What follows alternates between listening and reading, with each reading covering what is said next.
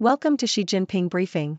The content of the briefing includes addressing the tensions between China and the rest of the world. The clock is ticking on improving China-US relations, experts say. China's property crisis won't be solved by just treating symptoms. Liz Truss warns against appeasement of China in apparent swipe at David Cameron. Taylor Swift becomes the first musician named as Time magazine's Person of the Year. Addressing the tensions between China and the rest of the world. New York Times. U.S. President Biden's strategy to counter China is based on three pillars: cultivating alliances to help counter Beijing, competing better with China, and investing at home to bolster key economic sectors.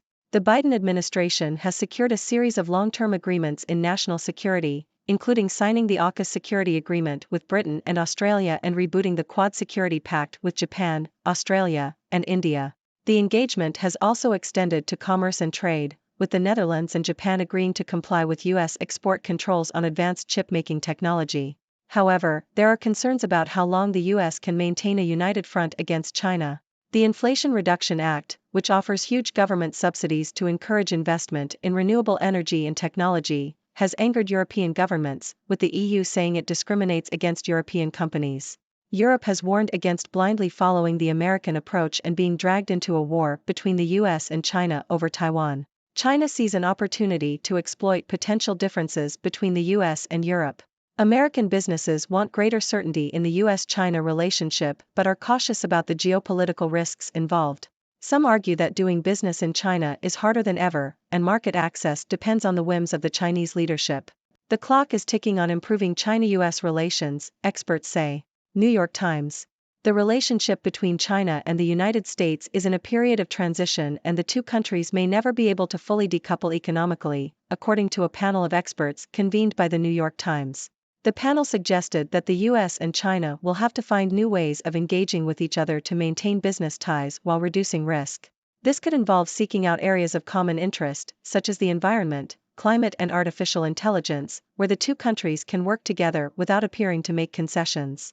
Other suggestions included increasing the exchange of academics, scientists and students and fostering tourism and stronger personal business relations.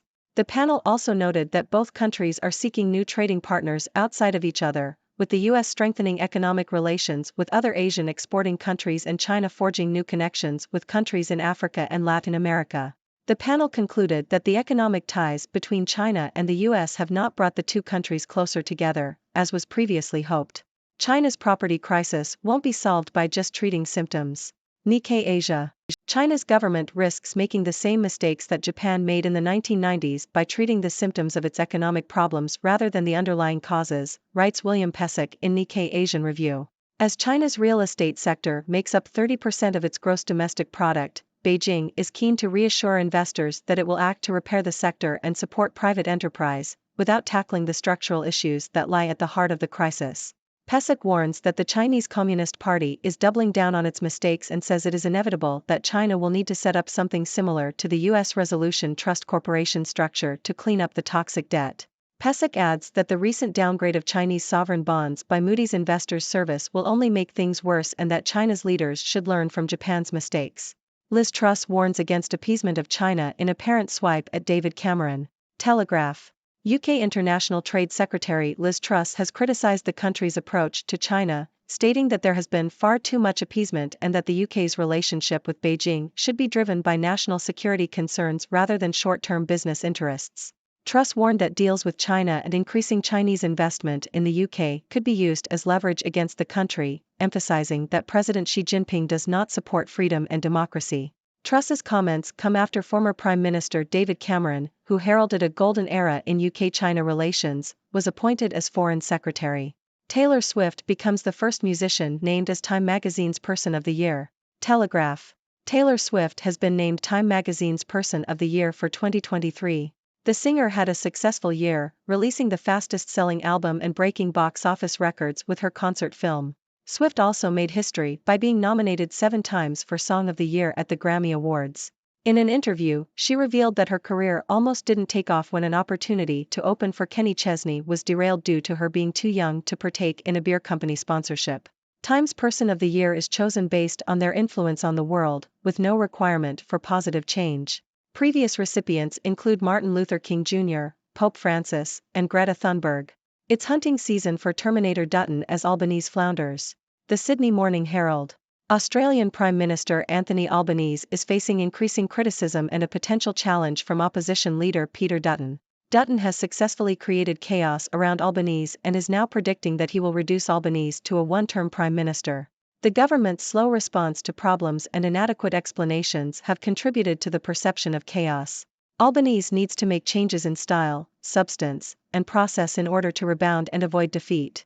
The government also needs to focus more on the issues that matter to people and improve political management.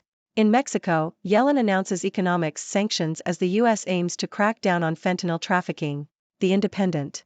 The United States has imposed economic sanctions on 15 individuals and 2 companies linked to a Mexican drug cartel as part of efforts to combat fentanyl trafficking. Treasury Secretary Janet Yellen announced the sanctions during a visit to Mexico City, stating that the U.S. cannot address its opioid crisis and enhance security without looking beyond its borders. The sanctions were imposed on individuals and companies associated with the Beltran Leyva drug cartel, which has allegedly been involved in the transportation and distribution of drugs including fentanyl. Mexico and China are the primary source countries for fentanyl and its related substances trafficked into the U.S.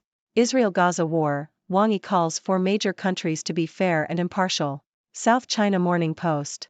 Chinese Foreign Minister Wang Yi has called on major countries to be fair and impartial in their efforts to de-escalate the situation in the Middle East, as Israel continues its military campaign in Gaza.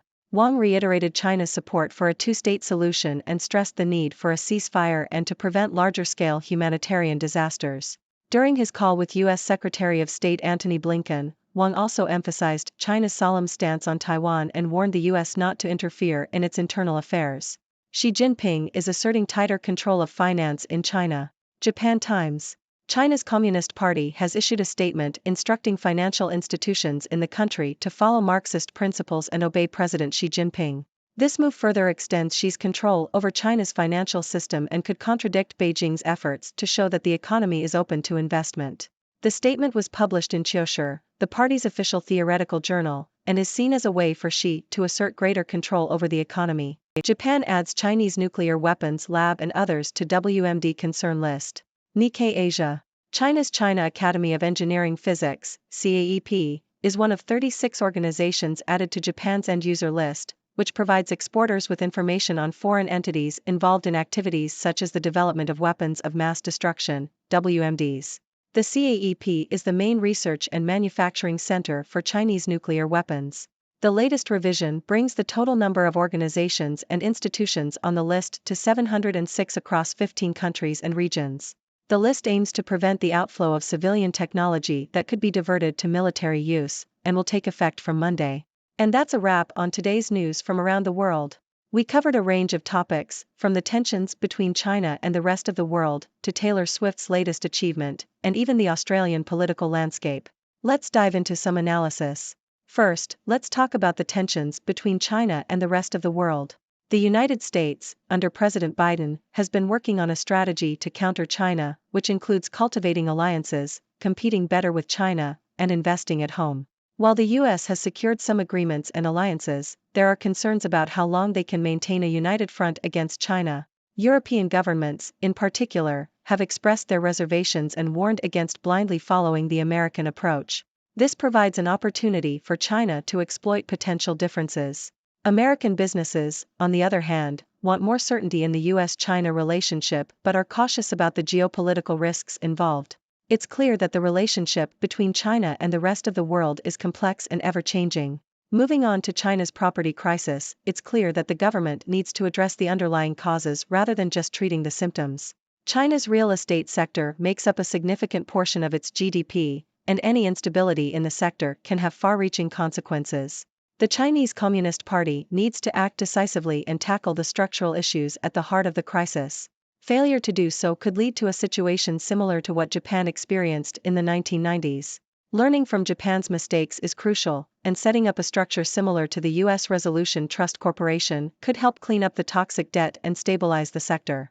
Shifting gears, let's talk about Taylor Swift being named Time Magazine's Person of the Year. Swift had an incredibly successful year, breaking records and making history in the music industry. Time's Person of the Year is chosen based on their influence on the world, and Swift certainly fits the bill. It's worth noting that this recognition doesn't necessarily require positive change, but rather acknowledges the impact an individual has had. Swift's achievements are a testament to her talent and hard work. We also discussed the Australian political landscape, with Prime Minister Anthony Albanese facing criticism and a potential challenge from opposition leader Peter Dutton. Albanese needs to make changes and regain the trust of the public in order to avoid defeat. The government also needs to focus on the issues that matter to people and improve its political management. It will be interesting to see how the situation unfolds in the coming months. Lastly, we touched on the United States imposing economic sanctions on individuals and companies linked to a Mexican drug cartel as part of efforts to combat fentanyl trafficking. This highlights the global nature of the fight against drug trafficking and the need for international cooperation. Mexico and China are the primary source countries for fentanyl trafficked into the U.S., and addressing the issue requires looking beyond borders. That's all for today's news analysis.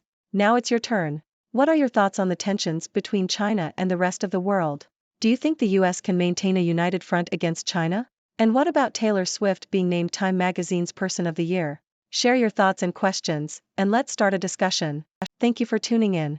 The content above showcases the latest briefing reports and analytical synopses, thoughtfully curated by the 6Do team.